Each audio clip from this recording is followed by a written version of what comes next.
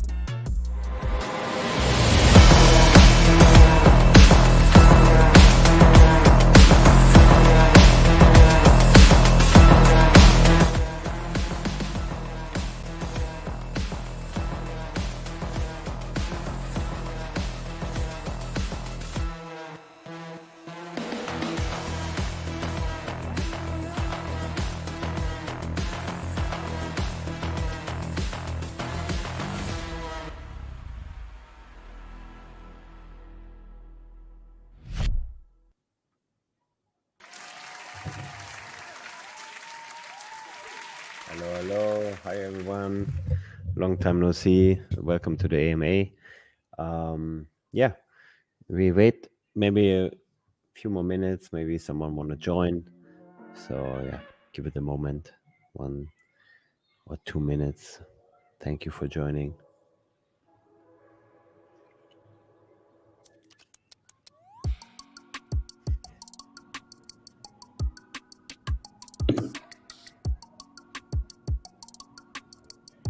Hey, Andy, also thank you for joining. Yeah, we are already live. How are you?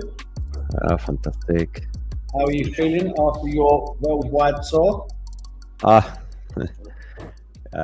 Still having the jet lag, I think. You know, like night and day, not yet connected. It was a crazy month for you, I think, wasn't it? You went from Bali to Dubai, Dubai to Germany, Germany to Miami. Yeah, it was pretty good. I think it was moving from Bali, then I've been in Dubai and Paris and Germany and Switzerland, going to Miami. So Wow. yeah, it was kind of a trip, but it was of course not pleasure. Yeah, it was work. Yeah, and I think we have some pretty good partnerships and leads from the whole trip. So that was pretty good. Yeah. Yeah. Let's talk about permissionless. I think we can get started. So, Marco, tell us a little bit about permissionless. How was it? How intense was it? Or if you want to start by telling us a little bit about where you've been. I know you come to Dubai to meet the Dubai office. We loved having you. It was great to have the boss in the office. Yeah, it'd be great to get you back here. Yeah, we went to the Binance conference. Then you left here and you went to Germany, Switzerland, Paris. Tell us a little bit about that before we get started with permissionless. Yeah, I mean, it was like meeting partners in Switzerland, also maybe potential new partners, of course. And the NFT Paris was one stop, but the Europe trip was basically to go to Miami. It was basically on the way to Miami to Permissionless. Permissionless, I think most of you know that we been one of the sponsors there. We have had the booth there, pretty good located actually. And yeah, so Blockworks really wanted us to be there. I mean, it's there usually a DeFi conference, and this time they had GameFi as well included. But the whole conference, we've been 1 out of 4 projects there on the permissionless event, and we have also the speaker panel.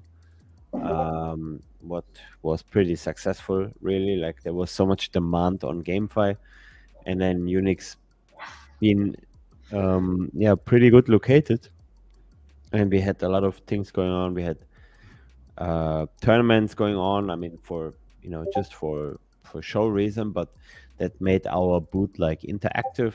You know, you could really like watch the live tournaments what been hosted from Bali and Philippines mostly. And yeah, they make night shift that we have it in daytime basically on the conference. That was pretty cool. And yeah, there was a few GameFi speakers, also the VCs who were talking about either metaverse or GameFi. And then yeah, yeah, there was no really a place to go. So our booth been really smashed while we had our after the panels of the metaverse and GameFi speakers. So this was cool. Yeah, and we met Ray, one of our OG holders. It was nice. He made the way down from NYC to Miami to meet us. That was cool. Yeah, and we met a lot of awesome people, made a lot of really good connections on Permissionless. We have a lot to still. This week is still like last week was filtering everything, structure deletes we had. And yeah, this week we organizing all the calls with potential partners. We have a call with Ripple, for example. They're interested in GameFi, NFTs. So there's a lot of things what we need to look at, and there's some serious relationships growing now from out of Permissionless. Okay. Marco, I know we just had Metacon the weekend. I've got to be honest with you, the way they put on Metacon was like no other conference or event I've been to before, certainly in the crypto space. Big shout out to Choco. He's actually head of esports for the UAE. Mirko, the stands, some people have really, really gone to town with how much they've spent on their stands. They was really, really, really good. I think Metacon had a small problem with marketing, and they couldn't market the event till a couple of days before. So there wasn't that many people there. I think they might have got 800 to 1,000 people there, possibly over the couple of days. But the Unix stand looked beautiful. There was certainly some of the other stands was just, yeah, they had esports tournaments going on. Welder women were there. Cracks NFTs were there. There was like quite a lot of well-known projects there, and yeah, it was really, really, really laid out well. So a big shout out to Metacon. You made the event look really nice. I believe they're doing another event at the end of the year, Mirko. They're expecting a lot more people. We got introduced to the head of blockchain for the UAE, which was really, really good. So yeah, really, really positive. Tim done great. Tim was one of the keynote speakers. He had Dina Matar there hosting the stage. Tim come across very, very well. So a big shout out to Tim, who done very well at the event. Yeah, it was nice, Mirko. We got the whole team there from Unix. Some of the divas come along as well. Made some really good introductions. Yeah, really, really good for networking. Really happy with it. Not as good as what the connections you made at Permissionless, because I've seen the calendar for this week. Some of the people that we're speaking to from off the back of that event, I believe Algorand, Simon and Sean spoke to them. We're speaking to the team at Near, Ripple Labs, even some traditional funds as well, Mirko. Gem, JP Morgan, all these people that are looking to break into blockchain Web3, they're all looking for advisors. Yeah, and I think we're going to do very, very well out of it. So big well done to all the Unix team that went to Permissionless, to the Unix team that went to Metacon over the weekend. Yeah, we're doing very, very well. Mirko, I'm going to go into a few questions from the community. First one is from Ray. It's been a great pleasure to meet everybody at Permissionless. My only question is regarding the NFT conference in New York. Will Mirko or any of the team be attending? Ray, the boss has just got back from a 1-month tour of Europe and the US. I don't know if he's ready to start thinking about traveling already, but Mirko, are you going to be going to NFT New York?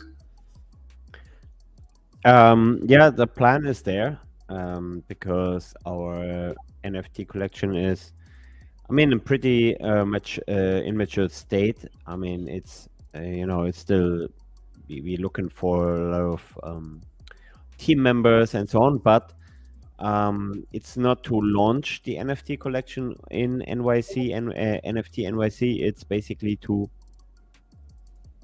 get kind of the visual art, about the design of the NFTs out there by that time, and then like soft open the Discord and getting members and having the direct contact, because I think NFT NYC we hadn't the chance to go there last year, but because of our launch, but everybody said it was crazy, and I think the audience is the perfect audience for our NFT collection and in general for Unix.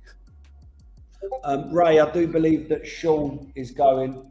I know that I believe he's booked his ticket. So, Ray, if you're listening, contact Sean.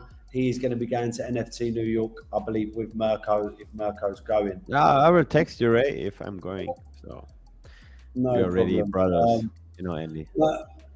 Mirko, next question. So Unix has a current circulating supply of around 30 million tokens, with approximately 950 million tokens in the Treasury wallet. Despite the assurances of future utility, there is still no token utility other than reduced staking rewards and a tier membership to Launchpad, which is still to materialize. Since we started the bear market, how has the team adapted to add value to the token, and what plans for the coming months?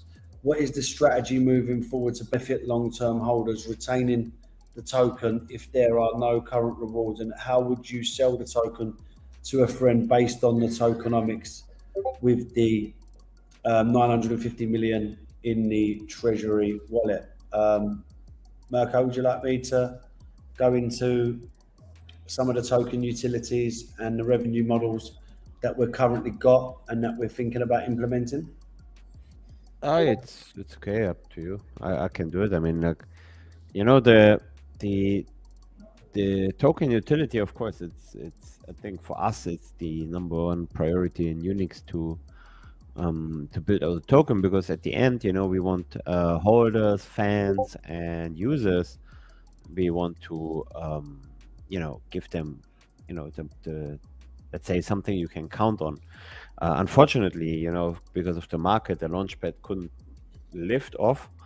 There would be at least I think more movement on the token, because I think launchpad is a huge thing, because every new project was launching, marketing goes from their project also funneled basically on the launchpad. So it's a pretty good utility to have the tier token. And I mean, there's just comparing guild tokens with our community token, our gaming platform token, that we have, I think, way more utility than most of the other projects in this similar field. So I think we're pretty happy, and we just, I mean, now the strategy. I mean, there's not really I would say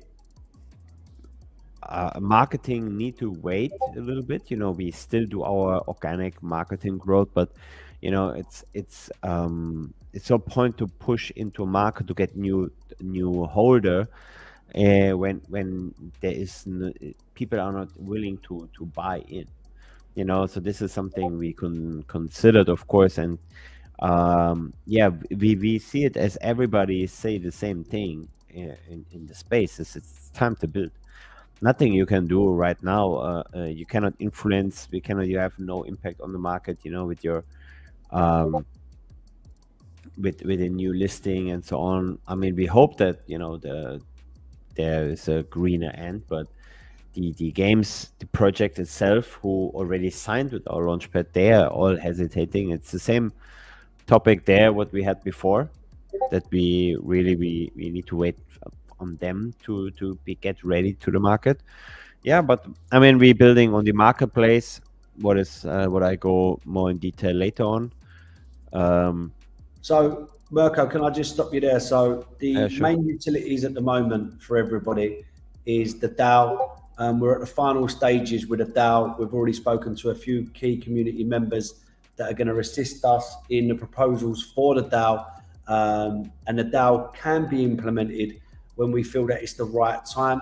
We're just going through a few more bits and pieces, just tightening it up in areas that we think it needs adjusting. And then the DAO will be, a main utility for the token. We also have the staking. I know there's been a few issues and a few questions with the staking because the percentage has come down. That is being looked into as we speak, and we should have the answers over the next couple of days. The launch pad, everybody knows that that's the main focus, certainly for myself and the partnerships team. The launch pad, when the games are ready to launch, we will launch. Two other key utilities for the Unix token will be MetaMe, or the social app that Mirko's been talking about, keeping under tight wraps. We believe this is going to be huge. This is going to have the functionality that any person from traditional gaming or blockchain gaming, especially in sort of Southeast Asia at the moment, where that's the focus for blockchain gaming for Axie Infinity and some of the other games that have been coming out. Once we do launch that, that's going to give huge utility because it's going to mean people from developing countries or anywhere else in the world have to obtain a small amount of tokens to really unlock all the features of MetaMe. And then, of course, Marco's just mentioned the NFT marketplace, which he's going to give us some more insights to in the not too distant future. So we've got 5 key utilities there that the Unix token will be used for. Looking at the revenue models as Unix as a business, Mirko, if you can talk a little bit about I think everybody's familiar with the guild model and the buyback system that you've put in place. 1 megahertz, which has got an ecosystem building partnership with the Sandbox, and we've got loads more lined up. A little bit about the advisory services and what this means for the Unix token holder and why this benefits the Unix community. You're on mute, Mirko. Thank you. This is something we hadn't yet pulled out because we wanted either to keep it, let's say, flexible, but we have, for example, made several early stage investments as Unix, as a company, in projects we partner with or we believe in or with a good valuation. So these also, the returns on that, I mean, it's all in a cliff investing schedule with a lot of these games, but these allocations will be also partially going to buy back the token once these tokens are released. We're looking at the moment in around 40 partnership investments. Some are larger, some are smaller, to have game partnerships. And as some of you know, that we have our launchpad, but it's not only a launchpad, it's an accelerator as well. And with based on our knowledge, what we have in the space, especially in the gaming space, we took on already in several projects advisory positions. So we have from 0.5 total supply up to 1 location is 5% total supply, what we have in advisory positions in several projects. And also these positions, they're having a cliff and a vesting schedule. But still, these are all considered to basically support the Unix token. So let's say once we have released, we also look then to turn them into Unix token, buying them back from the market or buying them back from VCs or so on. So this is something we have in mind with on the advisory and on the early stage investments. So just to be clear, every advisory position that we do take, a percentage of that will be sold, and then the Unix tokens will be purchased. We also have other revenue models. The YouTube channel is going to save us quite a lot of money on marketing. When the YouTube channel is of notable size. And Mirko, can we just talk a little bit about a little bit of the other revenue models, like the esports, for instance, how we feel that that can become a revenue model in the future? Yeah, I mean, this is again just to map the it's a complete gaming ecosystem, and of course this is not built in one day. That's why it takes a while. But actually, I'm happy for on the builder side for the bear market because we really put all our energy and manpower on the side, to develop everything. Who already joined AMAs that the NFT collection is let's say the funds was raised, they're going to be in the we're gonna have our own esport team, and we're not talking just to the recruit random people. No, it's really we have made serious connections with the esport, with the current esport space, teams, managers, CEOs from um, large companies or large teams, how you want to call it. And yeah, this is something what with one way we want to approach also the market as a community gaming ecosystem. Yeah, that we have our own esport team. What is of course native on gaming, but with other teams within the esport, team or clan or how you want to call it. Also participating in the existing play and earn games, what we would be really officially like a big esport team. And of course, we're aiming for to get on that route a Binance listing maybe as a fan token. So, but this is just again, it's a long way to do that. We still here, but esport tournaments, merch, and sponsoring. This is basically another huge income stream. Yeah. Mirko, there's a couple of questions here. They're quite simple. How will DAO Maker help Unix in the long run? I'll just quickly explain that. Hatu has been in the industry since 2017. DAO Maker, his first project was the beginning of January 2019. In my opinion, and I think this goes for a lot of people that are sort of crypto native, DAO Maker is the best launchpad out there and has been for some time. Hatu and the DAO Maker team are going to give us the accessibility to co-launch projects with them, how to properly vet projects and go through the KYC structure that they go through, which is quite in depth. We've got, full accessibility to DAO Maker. So, they've been going for the last so many years. They're going to save us a lot of time and not making the same mistakes that they possibly made early on. So, yeah, we've got the full backing of DAO Maker, as they are one of our partners. And this is going to be a relationship that we're going to have hopefully for many years to come, because these guys, in our opinion, are the best in the industry, and we want to be partnered with the best in the industry. Another question here, Mirko. There's another question here about MetaMeet and about what MetaMeet will offer. And I've spoke to a lot of the community before about what MetaMeet will actually offer.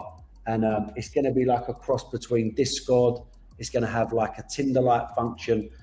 It's going to be a social app for gamers, blockchain gamers, to come talk about gaming in general, blockchain gaming. Potential scholars can come there and maybe look for potential scholarships that are available. Yeah, but that's only on the player side. I mean, it's a metaverse app, and everything happening in the Web 3.0 metaverse is basically a matching tool for builders, creators, players, fans, collectors, artists, whatever. So there's so many, I think, smaller projects you can really see how people connect, either if it's a NFT collection, is it any protocol, and people matching, and people need either marketing, artists, they need development, they need, so everybody can match based on their needs and interests. in the metaverse. And can we give them an update on who we're going to be working on this with now, or can we share that information, Mirko? What we shared the other day, or is that still a little bit confidential? There, you go ahead. I know we'll save that for next week, Mirko, just in case I'm not allowed to say. Another question from Arab: when will we have an announcement that will result in positive price action?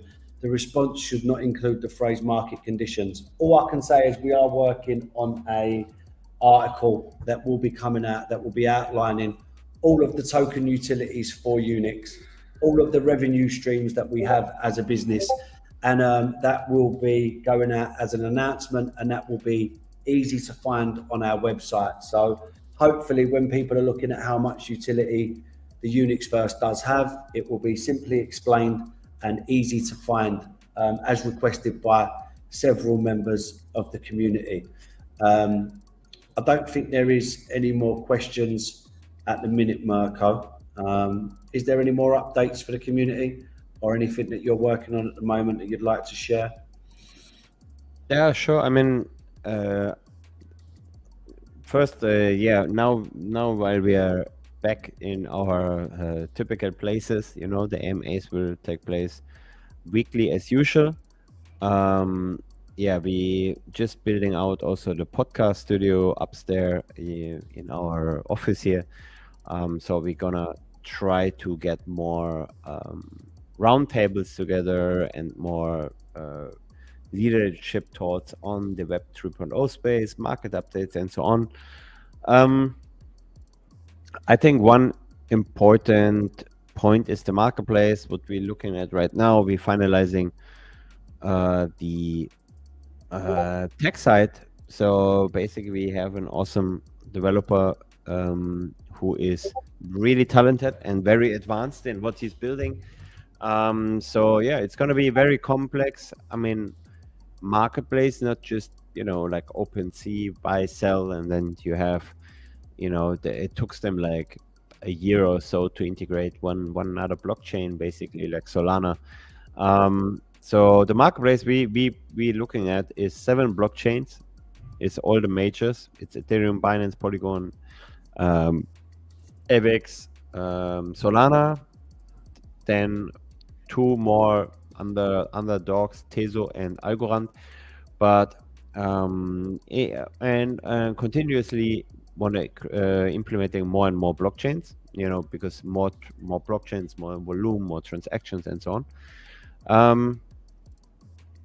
Then we have a wallet integration, of course, but also an own wallet. So it's basically you can use the marketplace wallet, where you can have basically store on all the blockchains within the marketplace, your assets, or you integrate whatever, Coinbase, MetaMask, Phantom. It's have a launchpad function for NFTs. So it will be also either exclusive launch or dual launch with final round. So we have a cross community there as well. Rarity check, like Rarity Sniper. They have a tool just to check rarity, but this is basically inbuilt already. Analytics gonna be a big part because people like stats and stuff like that. Apple and card payments also are available already in the marketplace. It's with Ramp integration. A smaller profile picture, profile section for your personal profile, a bridge, what is still under development, but it's really not urgent. I mean, to get that done while you are going live with the marketplace. A drop calendar, trending games going to be there, and then you have basically NFTs and one list. Like if you go on rankings on OpenSea, you saw all the NFTs. The other side is basically games, and then you have all the games and their collections. So it's definitely something for larger communities, like all the NFT communities. What is in the beginning just integrated with an API, so you can find your board ape if you want to buy one, also on that marketplace.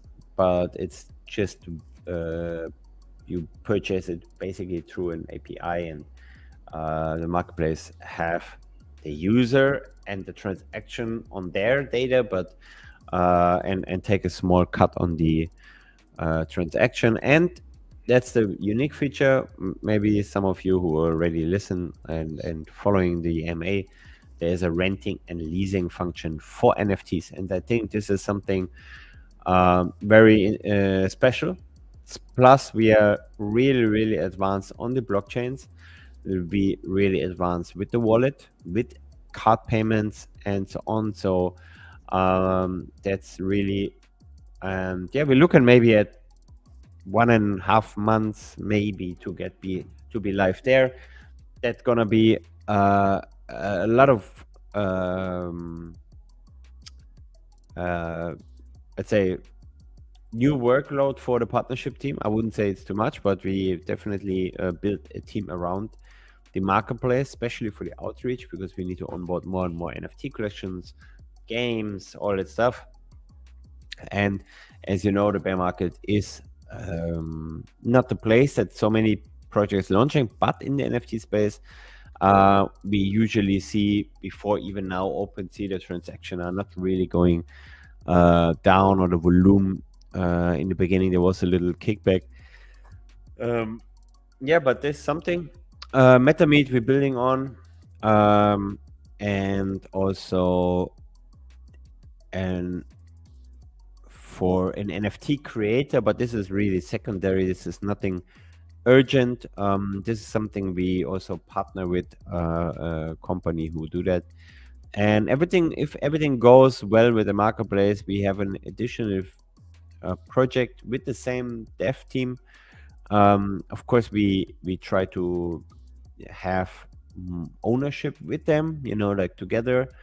So both projects might be then also a JV, same as we have with DAO Maker and Final Round. So yeah, that's the thing on the Launchpad.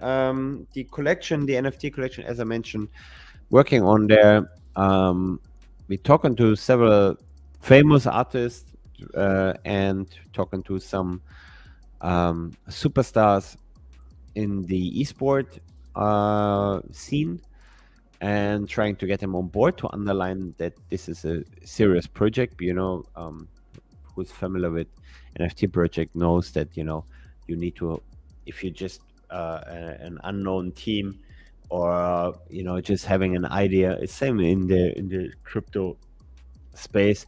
It's hard to get the amount you wish to get. So yeah, but we're pretty confident that our collection will be very successful with the current team, what we're building around that, especially the supporters. That's going to be huge. So yeah, I think marketplace is the first technical aspect we can see beside the Launchpad. We're working on a version 2 of the Launchpad, the UI and UX, but also we not stop working there. We still integrating more blockchains. We working on every ages. We working on a new website, because there is now the time. The team is there. People have a little bit more time, because you don't need to really you can funnel your whole time and concentration and focus on the building part. So I think that's what we do now for the next hopefully not too long, but I mean, we're looking at 6 to 9 months, my personal opinion. I don't know how long this is gonna take. People saying 2 years. I hope not. That would be terrible. What to do with that long time? But as a lot of people saying, there's a lot of projects who are not coming back from the bear market. We had a successful raise in November where we raised in total $30 million, and we have more than enough backing that we will go through a bear market. It's nothing. The token is another side, but the token will never die if the team is never stopped to build or to succeed. So yeah, it's gonna be a little bit challenging from the time and patience, of people, especially holders, but in general the crypto market at the moment. If you familiar with just the fear and greed factor, or check any how much volume went into stable coins, and parking there is just normal. And yeah, we need to just not really completely change the strategy. We're just focusing on certain aspects now, and it's building, and of course keeping the contact with you guys, with the community. So yeah. Nice, Mirko. Really, really nice. Yeah. So, do you think the bear market could be for 2 years, Mirko? These are all the signs. This is what people are pointing to. Let's not talk about 2 years. Let's be optimistic. 6 to 9 months. I think certainly by Christmas, I think we should definitely adjust. Hopefully, we get out of it a little bit sooner. I know all the indicators was pointing towards a little bit of relief, which we're seeing now. But hopefully we continue this momentum. We get some more positive press in the market, and then onwards and upwards. But, we're a great project. We've got a great team. We're all here for the long term. So whether the bear market's 6 months, 1 year, 2 years, we'll certainly be here at the end of it. Anything else, Mirko, you'd like to share? Yeah, Unix have birthday in July. I mean, we count the birthday when we open the Discord, basically, and where all the journey started. So yeah, we're happy to see Andy here in Bali, Simon, and other supporters. And of course, if someone is in Bali from the AMA team, happy to AMA, I mean from the community, sorry. Yeah, just let us know. We definitely not can afford a dinner for one more person. So yeah, pleasure. There's not more this week to update. We can go more in the one important thing is the Azure deal is done. It's signed. We have everything settled. So Azure is our official partner. We already had Azure in Permissionless and on Metacon, and we in close contact with the head of blockchain. And yeah, I'm pretty happy about that. But also, these games they are launching, they are not yet immediately live.